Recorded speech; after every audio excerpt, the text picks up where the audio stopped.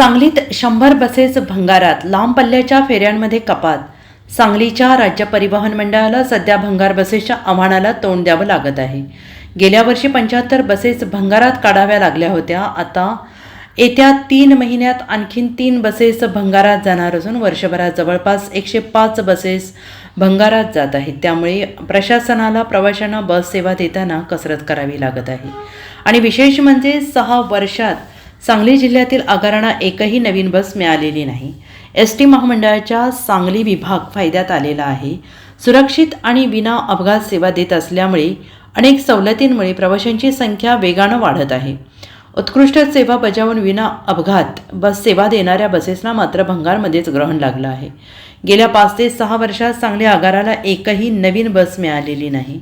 अनेक बसेस जुन्या झाल्यामुळे भंगार बसमधूनच प्रवाशांना जावं लागत आहे.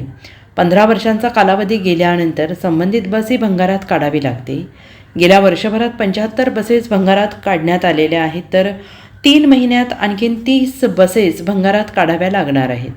अगोदरच बसेसची संख्या कमी आणि भंगार बसेसचं प्रमाण वाढल्यामुळे आता सांगलीच्या एस.टी. महामंडळाकडे 690 बसेस उरलेल्या आहेत.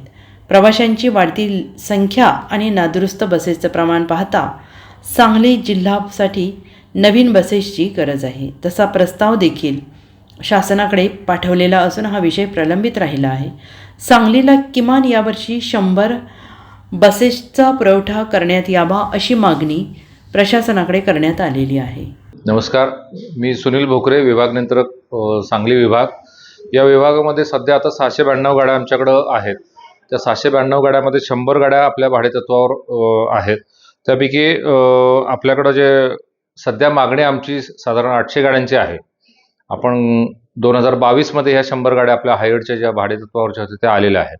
अजूनही आम्ही 100 गाड्यांची मागणी केलेली आहे, परंतु अजून गाड्या म्हटलं तर आपल्याला 3 ठिकाणी आपण इलेक्ट्रिक बस स्टेशनचं हे करतोय, चार्जिंग स्टेशन. त्यापैकी इस्लामपूर 40, सांगली 40 आणि मिरज 40 असं 120 आमचं नियोजन आहे. पैकी इस्लामपूर बसस्थानकाचं काम होत आलंय चार्जिंग स्टेशनचं. त्या लवकरच 1 महिन्यात ते 2 महिन्यात 40 गाड्या आपल्या या ताफ्यात ॲड होतील.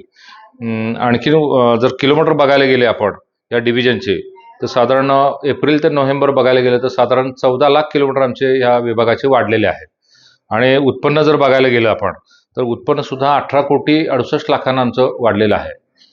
तसंच प्रवाशांची संख्या जर आपण बघायला गेलं तर प्रवाशांची संख्यासुद्धा गतवर्षी 6 कोटी 58 लाख होते. यावर्षी 7 कोटी 1 लाख, म्हणजे साधारण ते सुद्धा 43 लाखांना प्रवासी वाढलेले आहेत. या प्रवासी वाढण्यामध्ये जास्तीत जास्त सहभाग ह्या महिला वर्गाचा आहे. साधारण डेली 2,30,000 प्रवासी प्रवास करतात आमच्या गाड्यांमधून. त्यामधील निम्म्या साधारण 1,15,000 1,20,000 अशा महिलांचा सहभाग प्रवाशांच्या मध्ये आहे.